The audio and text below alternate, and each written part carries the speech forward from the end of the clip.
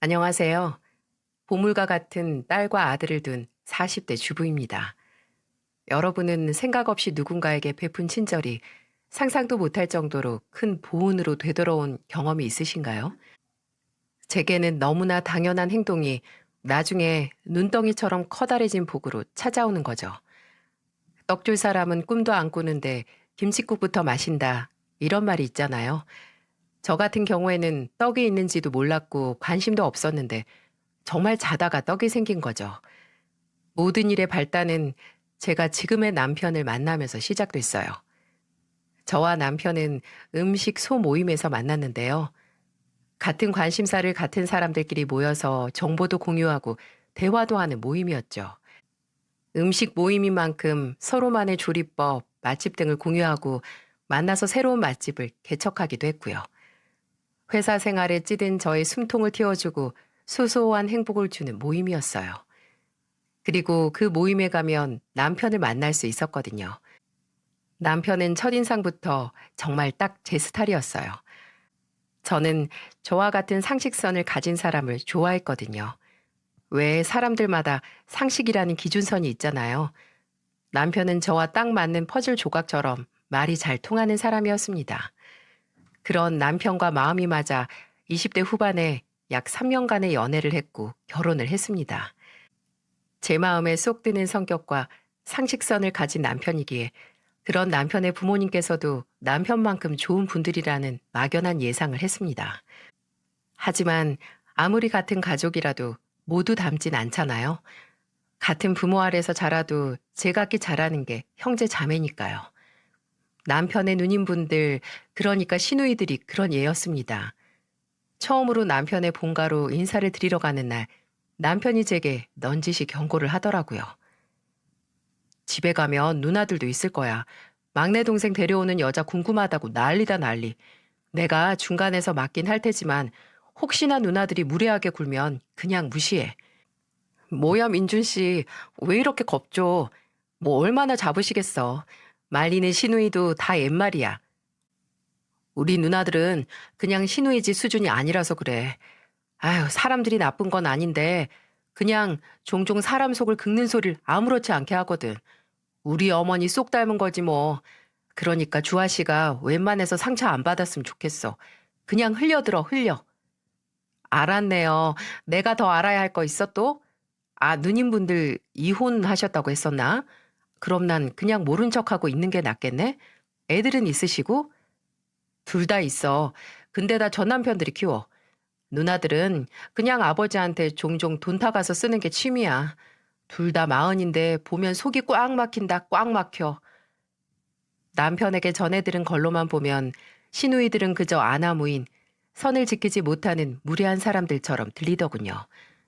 본인이 중간에서 말리겠다. 그래도 너무 심하게 대하진 않을 거다. 그래도 무슨 말을 들으면 상처받지 마라.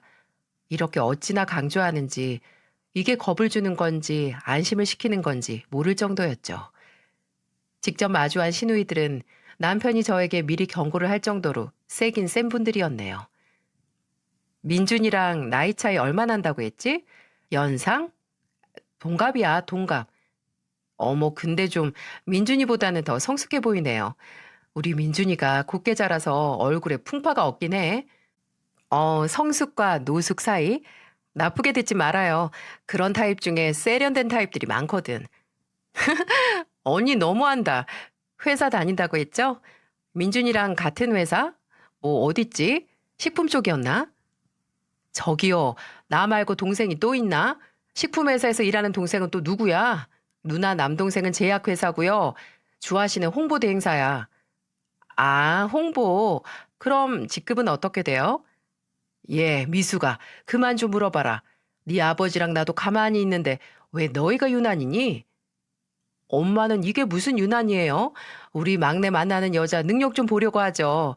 주아 씨 불편해요? 아니면 말하기가 좀 그런 수준인가? 아니요, 불편하긴요. 괜찮아요. 저는 지금 과장 단지 한 1년 가까이 되고 있어요. 어머, 팀장? 와, 주아 씨, 나이치고는 승진이 좀 빨랐나 보네요. 네, 얼굴이 노숙한 만큼 직급도 좀 빨리 달았어요. 유쾌하진 않았지만 뭐 이 정도 공격은 간지럽지도 않았습니다. 회사 다니면서 볼 꼴 못 볼 꼴 보면서 단련된 멘탈인데 오히려 옳게 기죽이기 수가 빤히 보여서 싱거울 정도였죠. 제가 그날 인사 자리에서 신경이 쓰였던 건 미숙한 시누이들이 아니라 시부모님들이었습니다.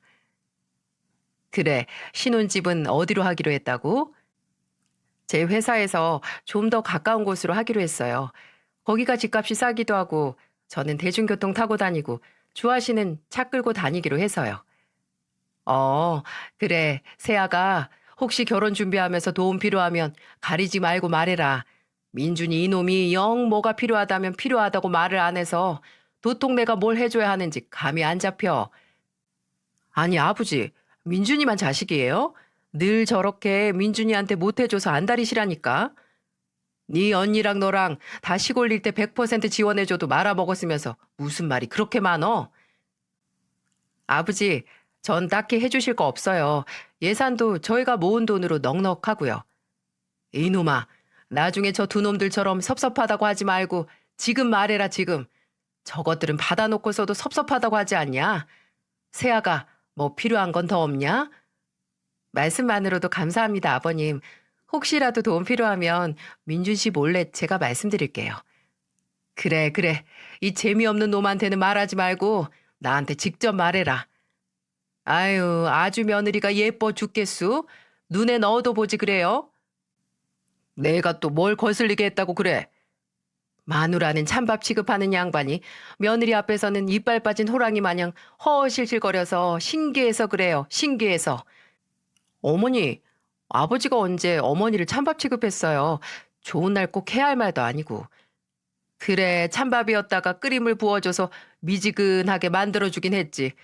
참나, 언제 그렇게 다정한 성격이었다고? 아주 꿀이 뚝뚝 떨어지네, 어? 분명 시아버지는 제게 정말 다정한 분이셨어요. 처음 얼굴을 보자마자 세아가 세아가 하면서 언제나 뭔가 챙겨주려고 하셨죠. 시어머님도 좀 묵뚝뚝하고 말이 별로 없으셨지 크게 나쁘신 분은 아니었어요. 까탈스럽긴 하셨지만 예의가 있는 분이었습니다. 근데 두 분 사이가 묘했어요.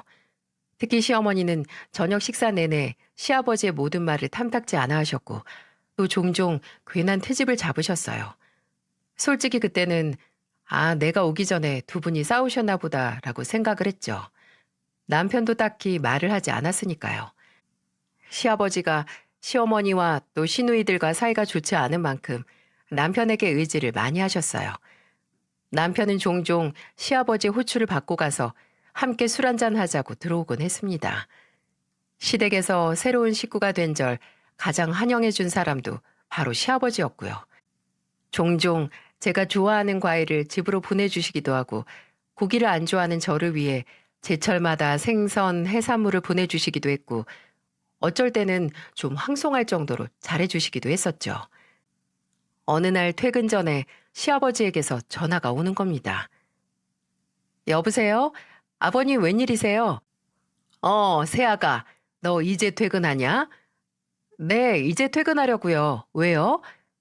내가 지금 너희 회사 근처인데 내려오면 바로 내 차 보일 게다. 네? 아버님이요? 갑작스런 방문에 어안이 벙벙했어요. 집도 아니고 회사에 오신다고? 무슨 일이 났나 싶어서 헐레벌떡 회사 건물 밖으로 나와서 시아버지의 차를 찾았습니다. 영문을 모르는 제가 조수석에 타면서 시아버지에게 무슨 일이냐고 물어도 기다려 보라고만 하시고 운전을 하시더라고요. 궁금증만 증폭시켜 놓고 시아버지가 저를 데려간 곳은 다름 아닌 근처에 있는 백화점이었어요. 그날은 저의 생일 전날이었고 시아버지는 제게 생일 선물을 사주시기 위해 백화점으로 저를 데리고 오신 거였죠. 내가 알아서 사고 싶어도 이 늙은이가 젊은 애들 취향을 어떻게 알아? 가서 원하는 걸로 골라 잡아라. 너무 싼 걸로 잡으면 통과 안 시킬 거다. 시아버지는 일정 금액 이상의 물건을 고르라고 제게 말씀하셨어요. 저는 백화점에서 덜컥 비싼 물건을 고를 수 없어서 발만 동동거렸죠. 죄송스럽게 늘 받기만 했으니 사람이 염치가 있어야죠. 처음엔 작은 향수를 골랐다가 시아버지에게 빠꾸당하고 반지가 골랐다가 놓고 다른 거 고르라는 시아버지 압박에 결국 결혼하고 처음으로 시아버지께 받는 선물로 명품 가방을 고르고 말았습니다. 결제하면서도 제가 죄송해서 어쩔 줄 몰라 하니까 시아버지는 화통하게 웃으시면서 처음 선물이니까 큰 거 주지 내년에는 기대하지 말라고 하셨네요. 집에 와서 남편에게 시아버지께서 사주신 가방을 보여주면서 마음이 너무 불편하다고 했어요. 근데 남편은 그런 제게 이런 말을 하더군요. 당신이 선물 주는 맛이 나서 그래. 반응이 좋으니까. 반응? 우리 어머니랑 누나들은 아버지가 뭘 해줘도 너무 당연한 걸로 받아들이거든. 어쩔 때는 성에 안 차서 더 내놓으라고도 하고. 근데 당신은 아버지가 삼을 해주면 거의 팔 만큼 반응하잖아. 황송해서 어쩔 줄 모르겠다는 것처럼.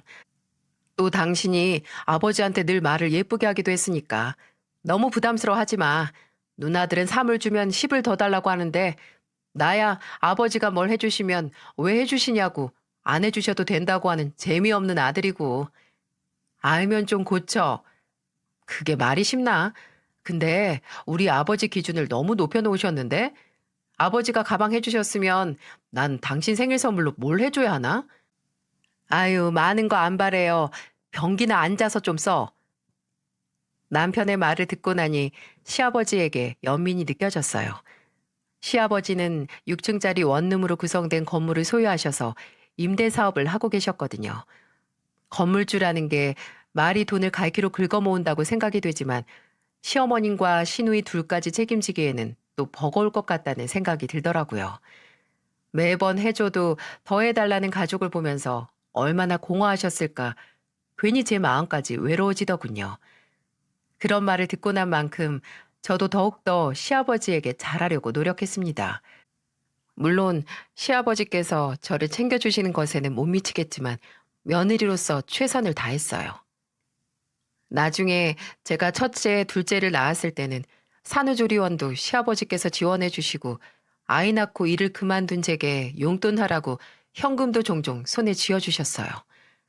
아휴, 제가 이런 은혜를 어떻게 다 갚을 수 있을까요? 그저 늘 한 번을 더 찾아뵙기 위해서 노력하고 더 많이 함께 시간을 보내는 것 뿐이었죠. 그렇게 제가 결혼을 하고 10년이 훨씬 넘어갈 때쯤 왜 더 시아버지와 시간을 보내지 않았을까 후회를 하게 되는 사건이 터지고야 말았어요. 집에 있던 남편이 한 통의 전화를 받고 그대로 땅에 주저앉더라고요. 거실 소파에 앉아있던 저는 그 모습을 보고 바로 달려갔죠. 남편을 부축하면서 도대체 무슨 일이냐고 물으니까 남편은 입술을 파르르 떨면서 말하더군요. 아버지가 나 병원 가야 돼 지금. 아버지가 암이시래. 대체 다 이게 무슨 말인가요? 듣기만 해도 무섭더군요. 암이라니. 매번 건강검진이 귀찮다고 미루셨던 시아버지가 근래에 살이 많이 빠지셨거든요. 배가 아프다고 식사도 잘 안 하셔서 처음에는 여름이라 식중독은 아닌가 싶었는데 나이도 있으시니 저와 남편이 거의 반강제적으로 건강검진을 받으시게 했었어요. 근데 그 건강검진 결과가 저희에게 절망을 안겨준 겁니다. 남편이 보호자로서 시아버지와 병원에 가니 그 절망은 더 심각해졌죠. 시아버지는 정밀검사로 말기 췌장암 판정을 받으셨어요. 말기라는 단어에 저와 남편은 무너져 내렸습니다. 아니, 저희가 문제가 아니고 시아버지께서 이미 사기가 꺾이신 듯 보였네요. 70대 초반이었던 시아버지는 앞으로 본인에게 최소 10년은 남아있을 거라고 철석같이 믿고 계셨는데 저희 애들 대학 들어가는 것도 보시겠다고 하셨던 분이 앞으로 살 날을 1년도 확실하게 할 수 없어지자 그저 패닉 상태에 빠질 뿐이었죠. 더욱더 놀라운 건 시어머니와 시누이들의 반응이었어요. 앞으로 시아버지의 항암 치료를 어떻게 할지, 입원을 할지, 집에서 치료를 다닐지 가족들이 다 같이 모두 모여서 의논을 했던 날이 있었거든요. 둘째 시누이는 이미 선약이 있다고 참석조차 안 했고 첫째 시누이는 몇 분 앉아 있다가 피곤하다며 먼저 자리를 떴어요. 그리고 시어머니는 시아버지 암 소식을 그저 시어머니 본인이 수발을 들 수밖에 없는 일이라고 받아들이셔서 정작 아프신 시아버지보다는 남편 옆에서 수발 들어야 하는 나에 이미 초점이 맞춰진 것 같더라고요. 예, 입원시켜라, 입원. 나 그 인간 뒷바라지 못한다. 네 애미도 이제 누가 옆에서 수발 들어줘야 할 나이야. 어머니한테 아버지 수발 들라고 안 해요. 아버지가 집에 계시든 병원에 계시든 간병 있을 거고 저도 자주 와서 도울 거고요. 어머님, 저도 계속 들를게요. 애들 학교 가고 유치원 간 시간에는 저도 집 비울 수 있으니까요. 그 인간은 뭐라고 하디? 치료 받겠대? 시아버지는 처음에는 치료에 의욕을 보이지 않으셨지만 남편의 설득 끝에 집중 치료를 시작하셨어요. 수술이 불가능해서 방사능과 항암 치료를 독한 진통제를 복용해가며 받으셨어요. 하지만 시아버지께서는 계속되는 고통스러운 치료에도 눈에 띄는 큰 차도가 보이지 않아서 더욱 치료 자체에 회의적으로 바뀌셨죠. 저도 남편도 매번 병원으로 출근 도장 찍으며 옆에서 응원했지만 시아버지는 항암 치료를 한 달 채우지 못하고 자의적으로 암 전문 요양병원에 들어가셨어요. 그곳에서 치료는 최소한으로 받고 그저 남은 인생을 천천히 정리하는 시간을 갖겠다고 하셨고요. 하지만 그리 최선의 선택은 아니었습니다. 저와 남편은 시아버지가 계시는 요양병원에 일주일에 못해도 2번은 방문을 했었거든요. 저는 주 4일도 방문했었고요. 근데 저희가 갈 때마다 시아버지 상태가 점점 안 좋아지시는 게 눈에 띄게 보이는 겁니다. 편찮으셔서 상태가 안 좋아지신다기보다 뭔가 정신적으로 요양병원에서의 생활이 도움이 안 되는 걸로 보였어요. 시누이와 시어머니는 처음 요양병원 들어가는 날 1번 가고 나중에는 별의별 핑계를 다 대면서 가지 않았거든요. 시아버지를 만나러 가는 가족은 오직 저와 남편 그리고 저희 애들 뿐이었어요. 그러니 시아버지가 점점 우울해하시는 것도 이해가 가더라고요. 그리고 그뿐만이 아니었어요. 어느 날은 제가 일이 있어서 친정에 간 날 전화가 오는 겁니다. 바로 시아버지셨죠. 아버님, 무슨 일이세요? 식사는 하셨어요? 세아가, 너 어디냐? 저 잠깐 친정에 왔어요. 민준이는 지금 회사겠지? 얘가 통 전화를 안 받네. 아버님, 무슨 일 있으세요? 저한테 말하세요. 세아가, 나 좀 데리고 나가주렴. 내가 여기서는 도저히 제정신으로 못 버티겠다. 네? 아버님 그게 무슨 말씀이세요? 어디가 더 안 좋아지신 거예요? 무슨 일 있으셨어요? 아휴, 오늘 아침에 인사한 인간이 점심 먹을 때쯤 실려가고 방금까지 옆에서 농담이나 하던 양반이 다음날 아침에 보이질 않으니까 내가 통 불안해서 살겠니? 나도 언젠가 저렇게 하루아침에 너희한테 작별 인사도 못하고 갈까봐 무섭다 무서워. 나 좀 제발 여기서 나가게 해주렴. 부탁이다. 나 그냥 내 집에서 편안히 눈 감고 갈란다. 네, 알겠어요, 아버님. 조금만 기다리세요. 저는 전화를 끊자마자 바로 남편에게 연락을 했습니다. 처음 입소할 때 접수했던 남편에게 인터넷으로 퇴소 신청을 하라고 했고 저는 짐가방을 챙겨서 병원으로 갔네요. 가서 시아버지 상태를 설명하고 스트레스 때문에 병세가 더 악화될 것 같다고 한 뒤에 퇴원 수속을 밟았습니다. 그때 저를 본 시아버지의 눈빛을 아직도 잊지 못합니다. 탁하게 불이 꺼진 것 같은 눈이 저를 발견하자마자 탁 하고 전등이 들어오는 것처럼 맑아졌죠. 퇴근한 남편과 시아버지 짐을 시댁으로 옮겼고 시아버지께서는 그제야 숨통이 좀 트이시는 것 같았어요. 갑작스런 퇴원에 시어머니는 언짢아 하셨고 남편은 시아버지의 상태를 설명했죠. 근데 시어머니가 그 말을 듣고 뭐라고 했는지 예상이 가시나요? 아픈 인간이 그럼 아픈 인간들이랑 같이 있지. 누구랑 같이 있으려고? 지가 먼저 들어간다고 해놓고. 집안에 아픈 사람 있으면 그 집안 분위기가 우울해지는 법이야. 부정적이고 나쁜 기운으로만 찬다고. 예나 지금이나 남의 생각은 눈꼽만큼도 안 하고 그저 지 걱정뿐이지? 아유, 이기적인 인간. 시어머니의 냉소적인 말에 저는 제 귀를 의심했습니다. 저게 나와 결혼하고 사이에 자식이 있는 사람에게 할 소린가요? 그것도 상대가 당장 시간이 얼마 남지 않을 정도로 아프고 또 아픈 걸로 수발을 들게 한 적도 없는데 말이죠. 병원에서 치료받을 때는 남편이 부른 간병인이 옆에 있었고 평일에는 제가 종종 가서 있었고 주말이면 남편이 가 있었는데 말입니다. 정작 시어머니는 시아버지가 암 판정을 받은 후 병원에서 하룻밤을 지샌 적이 없으셨네요. 근데 대체 뭐가 그렇게 꼴 보기 싫고 견딜 수가 없으신 건지 저는 도무지 이해가 가지 않았고 분명 제가 모르는 뭔가가 있다고 생각을 했어요. 시어머니는 환영하지 않았지만 아무튼 시아버지께서는 결과적으로 다시 시댁으로 돌아와 생활을 시작하셨어요. 병원에 가는 날에는 제가 시댁에 애를 맡기고 함께 갔다 오고 주말이면 저와 남편이 번갈아 가면서 시아버지와 시간을 보냈죠. 제가 시댁에 가서 시아버지 상태를 체크하고 그래도 몸에 좋다는 음식재료 사가서 밥 차려드릴 때마다 옆에 계시는 시어머니는 시아버지께 별의별 시비를 다 거셨어요. 다 늙어서 무슨 미련이 남았다고. 며느리 고생이란 고생은 다 시키네. 어휴, 속 터져. 어휴. 가시돋친 말만 하는 시어머니와 그런 시어머니의 말을 묵묵히 듣기만 하는 시아버지. 그 사이에서 저는 불편해서 죽을 것 같았어요. 시아버지는 시어머니와의 사이가 멀어질수록 저와 남편에게 의지를 많이 하셨어요. 저희 부부가 가능한 부분까지 최선을 다한다고 했지만 저희가 없을 때 시아버지가 시댁에서 어떤 시간을 보내는지 알지 못했죠. 시댁으로 거처를 옮기면서 간병인이 없어도 될 만큼 체력은 회복을 하셨거든요. 남편은 시어머니께 아무래도 복용하는 약이 많으니 옆에서 약 먹는 시간만 챙겨달라고 부탁을 해놓은 상태였어요. 근데 한 번은 저와 남편이 하루 시댁에 방문을 못했던 날 시아버지께서 응급실에 갔다는 시어머니 연락을 받게 됐죠. 저와 남편은 호둥지둥 병원으로 향했고 알고 보니 시아버지께서 진통제를 비롯한 약을 제때 드시지 못해서 통증으로 경미한 발작이 왔던 거였어요. 병원에서 마지막 식사가 언제냐고 묻는데 시어머니는 태어난 얼굴로 점심은 먹고 저녁은 안 먹었다고 하시는 겁니다.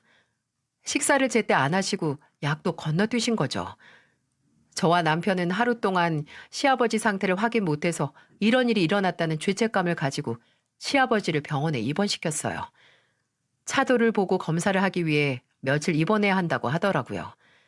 저는 일단 시어머니를 시댁에 데려다 드리고 시아버지가 쓰실 짐을 챙겨와야 했고 남편은 다음날 출근을 해야 했기에 시아버지께서 잠든 틈을 타서 자리를 비웠습니다. 그리고 셋이서 시댁으로 갔어요. 남편은 시댁 문턱을 넘자마자 시어머니에게 불같이 화를 내더군요. 제가 뭐 많은 거 부탁했어요? 약 제때 드시는지 확인만 해달라고 약 먹기 전에 식사만 챙겨달라고 했잖아요. 얘는 왜 이렇게 소리를 질러 지르길 내가 뭐 한 번 약 건너뛰었다고 이렇게 유난을 떨 줄 알았니? 그리고 내가 그 인간 밥을 왜 꼭 챙겨줘야 돼? 아니 손이 없어요 발이 없어. 잘만 걸어다닌 인간이 밥을 굶기는 왜 굶어? 어머니 아까 병원에서 뭐 들으셨어요? 아버지가 주무시다가도 밥도 약도 못 드신 거 아니에요? 정말 당장 푹 쓰러질 정도로 기력 없는 양반이 세상 모르고 자고 있으면 좀 깨워서 밥 먹고 약 먹고 다시 자라고 하기가 그렇게 어려운 거냐고요. 내가 뭐가 예뻐서 그런 수고까지 해. 내가 왜? 네 애미가 얼마나 불쌍하게 살았는지 몰라서 그런 소리 하는 거야? 옆에서 그저 시어머니와 남편의 싸움을 두고 볼 수밖에 없던 저는 이제 올 것이 왔다고 생각했어요. 이제 시어머니와 시아버지 사이에 있던 거대한 벽의 실체를 알 수 있겠다고요. 남편은 가슴을 치며 얘기하는 시어머니 앞에서 크게 한숨을 쉬며 말했습니다. 또 그 소리예요? 또? 전 분명 말했어요. 꼴도 보기 싫으면 도와드릴 테니까 이혼하시라고요. 근데 어머니는 이혼 안 한다고 끝까지 고집 부리셨잖아요. 아버지 옆에 남겠다고 한 건 어머니예요. 근데 왜 매번 옆에서 아버지 꼴도 보기 싫다고 하면서 스스로 속을 썩히시는 건데요. 어머니, 아버지 요양병원에서 퇴원하시고 죽어라 눈치 주셨다면서요. 아버지가 주방에만 들어가시면 또 뭘 처먹으려고 들어간다고 눈치 줘서 아버지가 방 안에서 꼼짝도 못하게 만드셨다면서요. 그래, 내가 그랬다, 내가. 나 그 정도 눈치 줄 자격 있어. 그 인간이 젊었을 때 허구한 날 마음에 안 들면 나한테 손찌검하고 매번 다른 여자 만나면서 내 영혼 갉아먹었으니까 난 늙고 병든 인간 옆에 두고 눈치나 줘야 속이 풀리겠다. 그게 목적이었어요? 제가 이혼하라고 할 때도 아버지가 어머니한테 아무리 사과를 했어도 그저 이런 날만 기다리면서 살아오신 거예요? 예전에 잘못한 아버지한테 복수하려고? 뭐하러 그래요? 대체 뭐하러? 어머니, 그렇게 언제까지 살지 모르는 아버지한테 복수하신다고 예전에 쌓인 서러움이 풀릴 것 같아요? 어머니도 아버지도 그리고 옆에서 보는 저희도 그냥 피만 마른다고요, 피만. 네 아버지는 이미 알고 있었어. 내가 분명히 말했거든, 그 인간한테. 당신 늙고 병들면 두고 보라고. 내가 처절하게 외롭고 서럽게 만들 거라고. 네 애비는 그저 과거 업보 돌려받는 거다. 너나 고깝게 보지 마라. 네 애미도 젊었을 때는 지금 네 애비만큼 불쌍하게 살았어. 대체 왜 시어머니가 늘 시아버지를 못 잡아먹어서 안달이었는지, 두 분 사이가 냉랭하기만 했는지 이제야 이유를 알겠더라고요. 나중에 집에 와서 남편에게 듣기로는 과거 시아버지가 시어머니에게 잘못한 게 많았고, 나중에 시아버지가 점점 늙어가면서 기세가 누그러지니까 시어머니에게 사과를 했다고. 그 이후로는 시어머니가 원하는 건 거진 다 들어주신 모양이더라고요. 속죄의 의미로 말이죠. 근데 그게 끝이 없어, 끝이. 매번 아버지가 사과한다고 가져다 바치면 왜 이것뿐이냐, 이걸로 용서받고 싶냐, 무지하게 조롱하셨지. 그냥 그때부터는 어떤 보상으로도 어머니가 받았던 상처가 채워지지 않는 거야. 그래서 내가 독립하기 전에 어머니한테 말했어. 어떻게든 도와드릴 테니까 이제라도 이혼하시라고. 차라리 안 보고 사는 게 어머니한테 좋은 것 같다고. 너무 아버지와의 관계에 매달리고 집착하는 게 어머니한테 안 좋으니까. 근데 어머니는 죽어도 이혼 못한다고 하셨어. 누구 좋으라고 이혼해 주냐고. 그저 죽을 때까지 옆에서 괴롭힌다고 하시는 거야. 그게 뭐냐고 진짜. 그게 같이 사는 자식들한테 할 짓이야? 진짜 내가 피가 말라서 독립했어. 누나들도 도움 안 되니까 그냥 내가 나왔지 뭐. 본인에게 상처 준 사람에게 남은 평생에 걸친 복수를 한다는 시어머니와, 아내에게는 나쁜 남편이었지만 자식에게는 좋은 아버지였기에 그런 아버지도 사랑하는 남편 모두 다 이해가 갔기에 어려운 문제였어요. 하지만 확실한 건 하나 있었어요. 시어머니의 복수 방식이 당장 살 날이 얼마 남지 않은 시아버지에게 가혹하다는 것과, 자식인 남편은 물론이고 시어머니 본인에게도 유해하다는 것을요. 이 사건 이후로 남편과 시어머니 사이의 골은 점점 더 깊어졌습니다. 남편은 이 문제를 나 몰라라 하는 시누이들에게도 점점 뒤돌기 시작했어요. 아예 일말의 희망도 기대도 하지 않게 됐죠. 저도 마찬가지로 인간적으로 시누이들이 이해가 가지 않았고요. 저희 집에는 당장 시아버지에게 내어드릴 방이 없었기에 그저 제가 시댁으로 출근하듯 가서 시아버지를 챙겨드렸고요. 남편은 퇴근을 아예 시댁으로 해서 하루에 한 번은 시아버지 얼굴을 봤습니다. 그리고 주말이면 꼭 저희 애들을 데리고 시아버지를 찾아갔죠. 얼마 남지 않은 시간, 손주들과의 시간을 어떻게 해서든 더 보내게 해드리고 싶었으니까요. 그렇게 아슬아슬한 날이 지나갔습니다. 시아버지께서 복용하는 약은 나날이 늘어만 갔고, 손등에는 더 이상 주사 바늘이 들어가지 않을 정도로 가죽만 남게 됐어요. 그리고 시아버지께서 암 판정을 받고 석 달이 지날 때쯤 시아버지의 생신날이 다가왔어요. 저와 남편은 어쩌면 마지막일 수도 있는 생신일지도 모르니까 가족들이 모두 모여서 축하하면 좋을 것 같다고 의견을 모았어요. 남편은 그때까지도 시어머니와 시누이들과 사이가 서먹서먹하다 못해 거칠거칠까지 했지만 시아버지를 위해서 내색하지 않고 참기로 했죠. 주말에 날을 잡아 시아버지 생신 축하 계획을 위해 시누이들에게 연락을 넣었는데 정말 생각지도 못한 대답을 들었네요. 다음 주 아버지 생신? 어머야, 나랑 정숙이랑 엄마랑 여행 가기로 했어. 뭐? 여행? 언제 가는데? 다음 주 수요일에 가서 그 다음 주 화요일에 한국에 도착하지. 수요일이면 아버지 생신이잖아. 그리고 한국에 도착한다고? 그럼 해외여행을 간다는 거야? 감으로. 지금이 비수기라서 티켓이 싸더라고. 엄마가 말 안 했어? 난 엄마가 한 줄 알았는데. 아니, 제정신이야? 다음 주에 아버지 생신 있는 거 다들 몰라? 진짜 이런 말 하기 싫은데 어쩌면 마지막일지도 모를 생신이야. 근데 고작 그 해외여행으로 아내랑 딸이 자리를 비우겠다고? 그럼 어떻게 하니? 이미 몇 주 전에 표 사고 호텔 예약하고 다 했는데 며칠 자리 비운다고 무슨 일 안 나? 너는 꼭 무슨 일 나길 바라는 사람처럼 말한다. 무슨 헛소리를 하는 거야? 아니, 생각이 있는 거야, 없는 거야?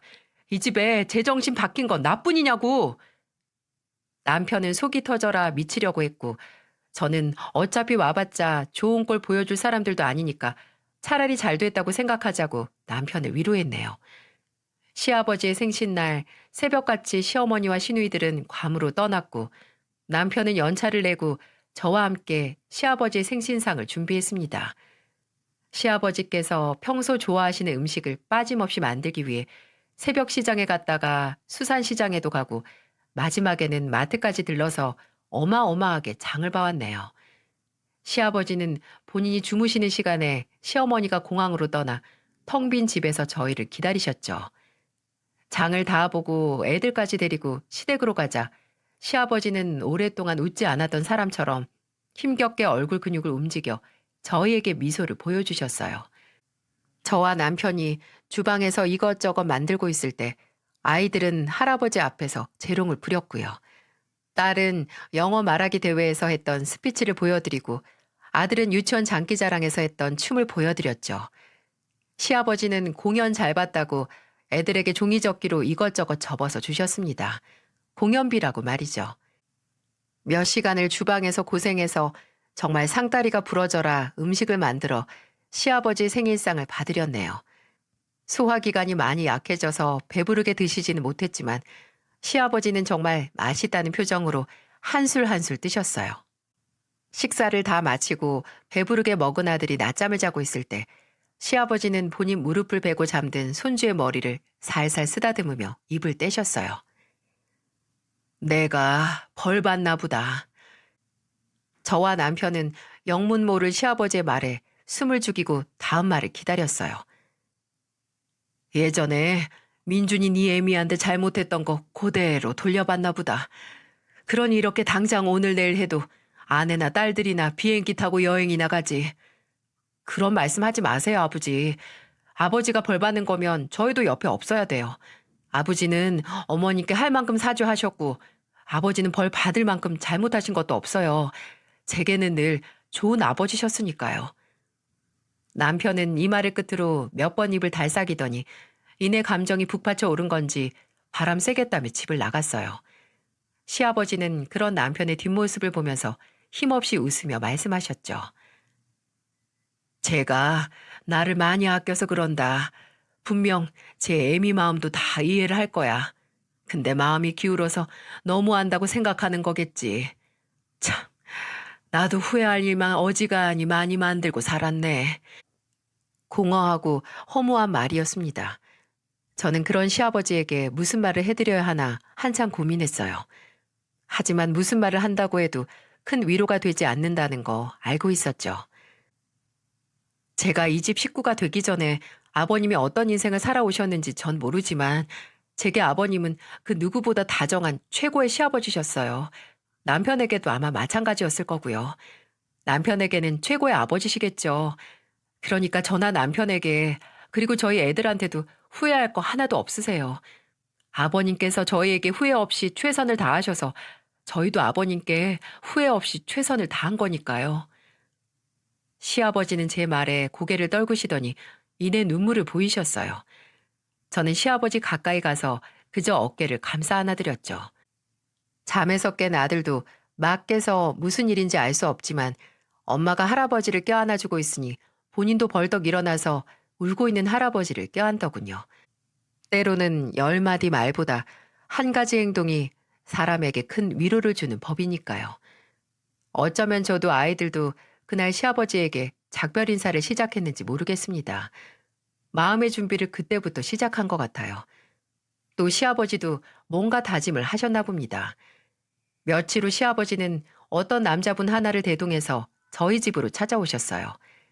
시아버지와 같이 나타난 남자는 본인을 시아버지의 변호사이자 유언장 집행인이라고 밝히더군요. 아, 시아버지에게 저희에게 할 말을 준비하셨나 보다. 처음에는 그저 이렇게만 생각했죠. 변호사라는 사람이 저희 앞에 증여 계약서를 내밀기 직전까지 말이죠. 아버지 이게 맞다. 이제 나도 정리를 좀 해야지. 나도 이제 내 몸이 얼마 안 남았다는 거 알겠다. 매일매일 아침에 눈 뜨는 게 그렇게 감사하고 또 그렇게 무서울 수가 없어. 근데 아버지, 이걸 왜 저희한테 주세요? 어머니나, 아니, 누나들도 불러서 해야죠. 아니, 너희만 있으면 된다. 내가 가진 원룸 건물은 50% 너희 둘한테 주고 나머지 50%는 네 애미랑 누이들한테 셋이서 알아서 나눠 가지라고 줄 거다. 또 내가 죽고 나면 내 통장에 있는 3억까지 너희한테 상속되게 해줄 거야. 건물은 미리 증여하는 거고 유언장에도 그대로 적을 거다.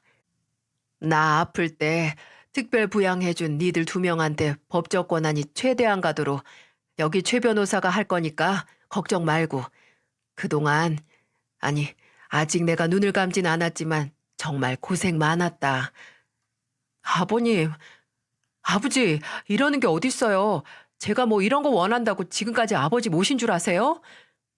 니들이 재산 노리고 한 거 아니라는 거 누구보다 내가 더 잘한다.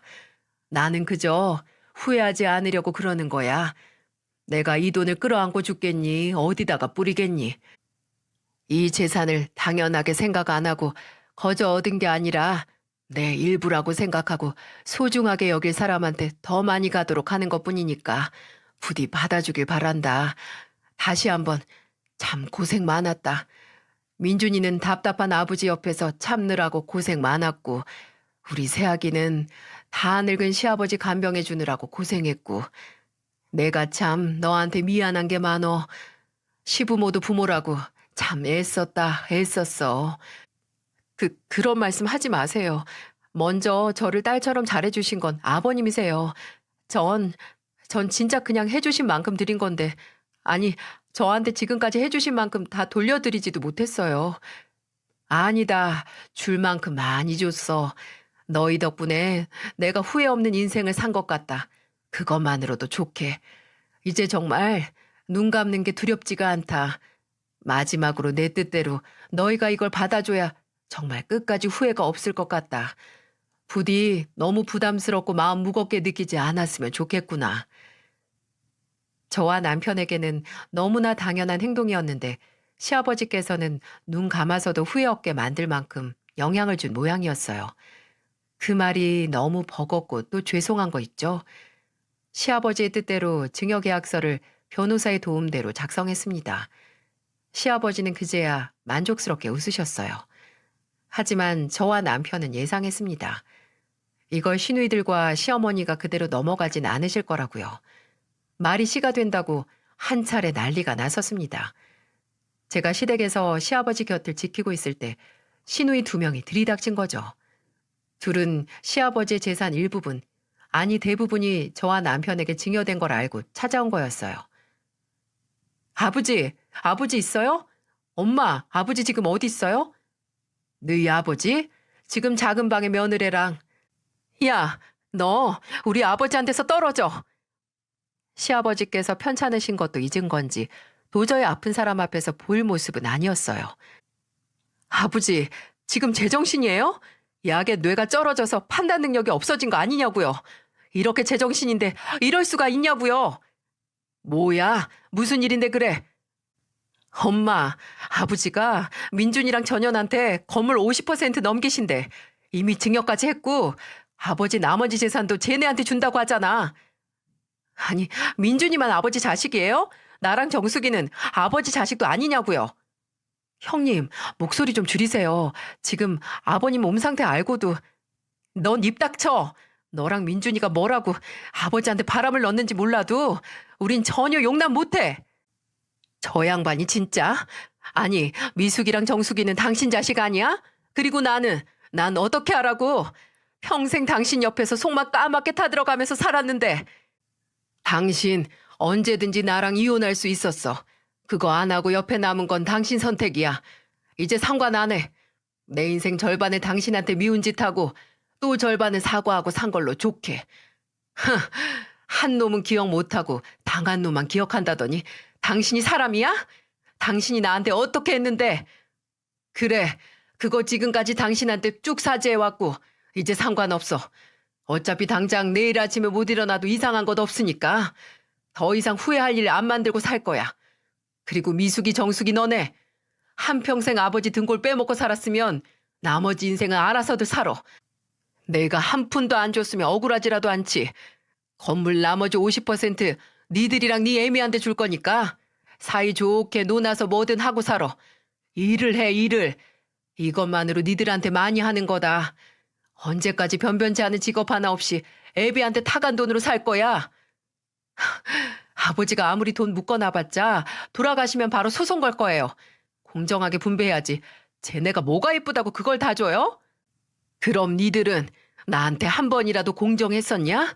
그저 니들 애미한테 들은 혐오와 미움 그대로 받아들여서 애비를 애비 취급도 안 했으면서 나는 마지막까지 나한테 잘했던 민준이랑 세아가한테 내 남은 최선을 다할 생각이다. 더 이상 군말하지 마. 더 말 보태면 나머지 50%도 도로 없던 일도 만들 테니까. 최 변호사한테 이미 다 말해놨다. 니들이 상속 재산 분할로 끝까지 물고 늘어질 테니 잘 막아달라고. 아버지, 어떻게 이러실 수가 있어요? 입 다물어. 이게 내가 해줄 수 있는 마지막 부모 노릇이야. 제발 독립 좀 해라, 독립 좀. 몸뿐만 아니라 심적으로도 독립해서 일하면서 제목 해내면서 살아. 거의 울부짖는 시누이들에게 시아버지는 단호했어요. 더 이상 물고 늘어지면 줬던 것도 빼앗고 경찰을 부르겠다고 했더니 분이 안 풀려서 이곳저곳 치고받고 하더니 나가버렸네요. 여전히 믿지 못하겠다는 듯이 노려보는 시어머니에게 시아버지는 이렇게 말하셨어요. 고만 쳐다봐. 어차피 꼴도 보기 싫은 얼굴 왜 자꾸 쳐다보나. 어차피 나 같은 인간은 포기했잖아. 왜 이제 와서 더 실망한 척을 하시나? 나는 이제 당신한테 할 만큼 했으니 예쁜 딸 둘이랑 잘 살아. 내가 지금까지 당신한테 미안했던 일이나 그간의 정을 생각해서 이 집은 내버려 둘 테니까 잘 살아. 나처럼 아프지 말고. 그게 시아버지가 시어머니에게 한 마지막 말이었어요. 남편과 저는 더 이상 시아버지를 시댁에 둘 수 없어서 저희 집으로 모셔왔습니다. 처음엔 왜 왔냐고 구박하던 시어머니도 시아버지가 나간다고 하자 난리를 부렸네요. 이제 와서 또 나가냐고 하면서요. 저희 집으로 오신 시아버지는 후련해 보이시기도 했고 또 서글퍼 보이시기도 했어요. 그리고 계속해서 혼자 중얼거리셨고요. 그래, 후회하면 안 되지. 후회하면 안 돼. 마치 본인에게 되새기는 듯한 말이었어요. 어딘지 그 모습이 결의에 차 있어 보여서 쉽게 다가갈 수도 없었죠. 그렇게 시아버지가 암 판정을 받고 10개월쯤 지났을 때 시아버지께서는 원하시던 대로 주무시다가 세상을 떠나셨어요. 아기처럼 잠든 얼굴로 더 이상 눈을 뜨지 않으셨죠. 마지막 가는 것까지 후회 없는 모습이었습니다. 저와 남편은 어느 정도 예상을 했고 마음의 준비를 했다고 생각했는데 전혀 아니었어요.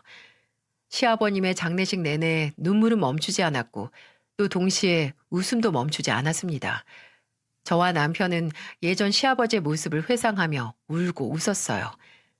정말 끝까지 사람을 질리게 만들었던 건 장례식 내내 시누이와 시어머니가 오지 않았다는 거였어요. 남편은 시아버지 발인 날까지 그림자 하나 보이지 않는 그 세 사람을 생각하면서 부들부들 떨더군요. 어떻게 이럴 수 있냐? 진짜 사람이면 이러면 안 되지. 그렇게 길기도 하고 짧기도 한 장례를 치르고 나서 이제 더 이상 아픈 곳 하나 없을 시아버지를 생각하면서 기쁘기도 했고 또 허전한 빈자리에 슬프기도 하더라고요. 그런 슬픔을 차마다 느낄 새도 없이 저희 집 현관 앞에 익숙한 사람 2명이 보이더군요. 그렇습니다. 바로 본인들 아버지 장례식에 참석도 하지 않은 시누이 2명이었죠. 남편은 제가 뭐라 말릴 새도 없이 그 둘 앞으로 가서 소리쳤어요. 여기가 어디라고 와? 진짜 누나들이 사람이야? 사람이냐고. 고작 그 돈 때문에 아버지 보내드리는 날도 오지도 않아? 이해해봐라. 고작 돈이란다. 참네. 너는 많이 받아서 아쉬울 거 없겠지만 우린 억울해서 요즘 잠도 못 자. 진짜 장난해? 염치가 있으면 양심이 있으면 더 바라면 안 되지. 대체 어디까지 구질구질해질래? 뭐? 구질구질? 이게 진짜 돌았나? 야, 잔말 말고 건물은 그대로 둘 테니까 아버지한테 받은 3억 그거나 내놔. 너희는 건물 50% 가져가니까 그 돈이나 내놓으라고. 너야말로 양심 있으면 그거 혼자 꿀꺽하는 거 아니지? 아니, 못 주겠는데? 그거 누나들한테 주면 우리 아버지가 저승에서도 후회할 일이라서 못 줘. 두 달이 멀쩡하면 일을 해서 돈을 벌어. 아, 정신이 온전치가 못해서 어려우려나? 뭐? 이 자식이 진짜? 짝! 하다 돈 내놓으라고 패악질하고 이제 동생 뺨까지 갈기는 시누이들. 저는 도저히 일반적인 상식선을 그저 무시하고 넘다 못해 지려밟는 호용치 이상의 무례함에 더 이상 참을 수가 없었어요. 고삐가 풀리고 눈이 도는 기분이었죠. 야, 너 이리 와. 지금 남의 집 앞에서 뭐 하는 짓이야? 아, 너 이거 못 나? 저는 그대로 남편 뺨을 갈긴 둘째 시누이 머리 끄댕이를 낚아챘어요. 말 그대로 나비처럼 낚아서 벌처럼 쌌죠. 옆에서 남편이 저를 말렸지만 저는 정말 오랫동안 참았거든요. 시누이 두 명의 주제넘는 행동들을 말이죠. 야, 니들이 아버님한테 대체 뭘 해드렸어? 얼굴 비추는 것도 안 한 것들이 왜 이제 와서 걸리니 뭐니 난리냐고. 너 이거 안 놔? 이거 당장 놔. 손모가지 부러뜨리기 전에.